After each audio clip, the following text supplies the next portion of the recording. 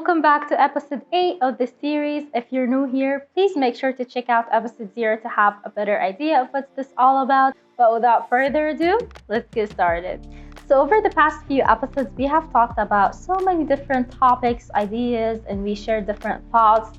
For this episode, we'll be talking about a different type of struggle for some people. Some people are struggling to identify their talents, which leads them to the inability of figuring out what is the best fit for them, while others are impossibly talented in so many different disciplines, which also leads them to the inability to decide the best fit for them. Those people are known as multi-potentialites as well as polymath. I have always been looked at as someone who doesn't have a clear vision of what they want, and I was told by so many people before that I should decide on one thing. I mean, who the heck are they to decide what's right and what's not for me? I'm just a multi-talented person. There is no right way to do the things that I do. I can be good and excel at all the things that I love and have passion for. I mean, I love reading, baking, music, singing, writing, and talking to other people as much as I love travel, content creation, and science. And I can be equally as good in each discipline. But I used to feel sad and kind of insecure about this because why can't I just be like other people and focus on one thing? So the more I grew older and read about it, I came to a conclusion that all the amazing and most successful people in history that we all know were multi-talented. Being a multi-potentialite is not something bad. In fact, it is a gift that we should acknowledge and be aware of and learn more about. Leonardo da Vinci was more than just a famous artist. He was also a mathematician, a scientist, and a philosopher. Da Vinci was a polymath, a person with multiple interests or passions.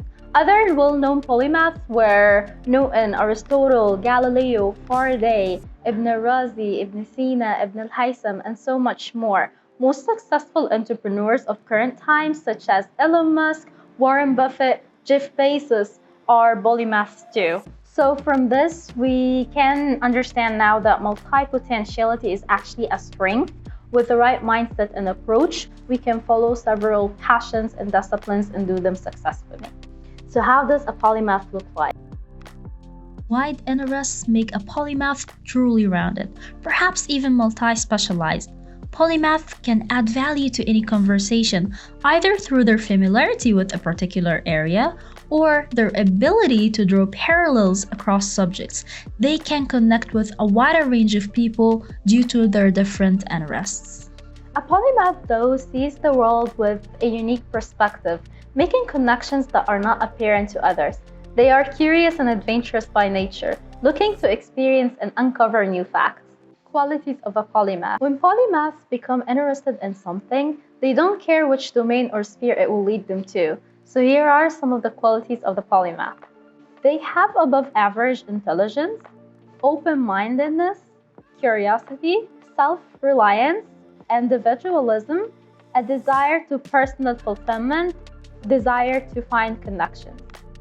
One of my favorite quotes by Waqas Ahmed about polymath says, "The polymath not only moves between different spheres of different fields and disciplines, but seeks fundamental connections between those fields, so as to give them a unique insight into each of them."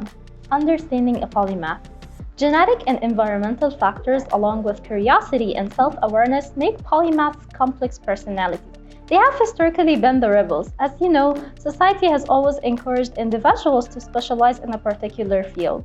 I'm sure that you've heard this one multiple times before. A jack of all trades, masters none. This idea falls flat when we are studying a polymath, because pursuing multiple interests can fuel creativity and productivity, creating connections between domains, and hence it'll lead to the greatest discoveries we will ever know. Polymathy leads to creativity, as one domain can inspire something new and different in another one. What we can learn from polymath is that we can be better and more productive in our jobs if we keep switching between different skills or subjects, changing our environment, the company we keep, and our interests. This can also be an excellent tool to solve some problems. And now to the most important part. How can you overcome the challenges of multi-potentiality? 1. Remind yourself that you're not limited to one career. 2. You could use leisure activities to continue developing your abilities. 3. Use career counseling as a value-based activity, exploring broad categories of life satisfaction. And maybe you should watch episode 2 to have like more insights and ideas.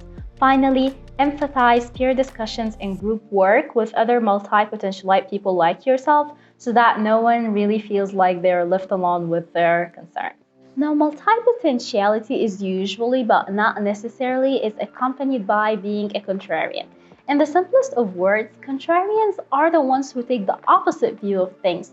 They usually shun conventional wisdom. While most of us conform to the society's norms and are usually penalized for displaying any form of resistance, the contrarians have their own unique philosophies of life, and they repel the wisdom of the crowd. Now, into the traits and qualities of a contrarian. Contrarians have the need to establish an identity by standing apart from others. They seek attention by displaying defiance. They might have had a trauma in the past. They have a high level of IQ, and they have highly creative abilities. Contrarians are the rebels. They are unusually certain about their divergent views. They reject the status quo and are not concerned by social graces. As contrarians, we fight for causes that we believe in.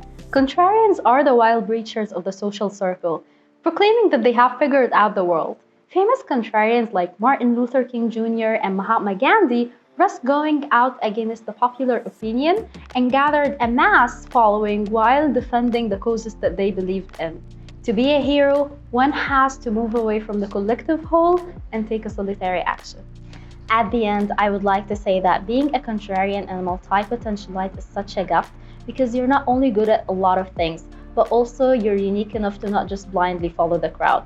Think of it this way, like you can wear many different hats wherever you're placed. Or like if you have 5 different CVs for 5 different jobs, each with different requirements and skills, but you happen to have all of them and be good at all of them. Can you even imagine the possibilities? So just know that you're special and there is nothing wrong or to be shamed for not being able to choose one track, or if you're like myself, switching between tracks until you have found your true calling. Our episode now comes to an end, but I would love for you guys to check out Disney Pixar's movie. It's called Soul, if you haven't already watched it yet, because this movie is very inspirational and it has so many ideas to think about. Also, it talks about the things that we have talked out throughout the previous episodes and all the topics that we shared. So check it out and leave me your comments below, and hopefully I'll see you again next week. But until then, stay tuned, stay safe, love, Bass.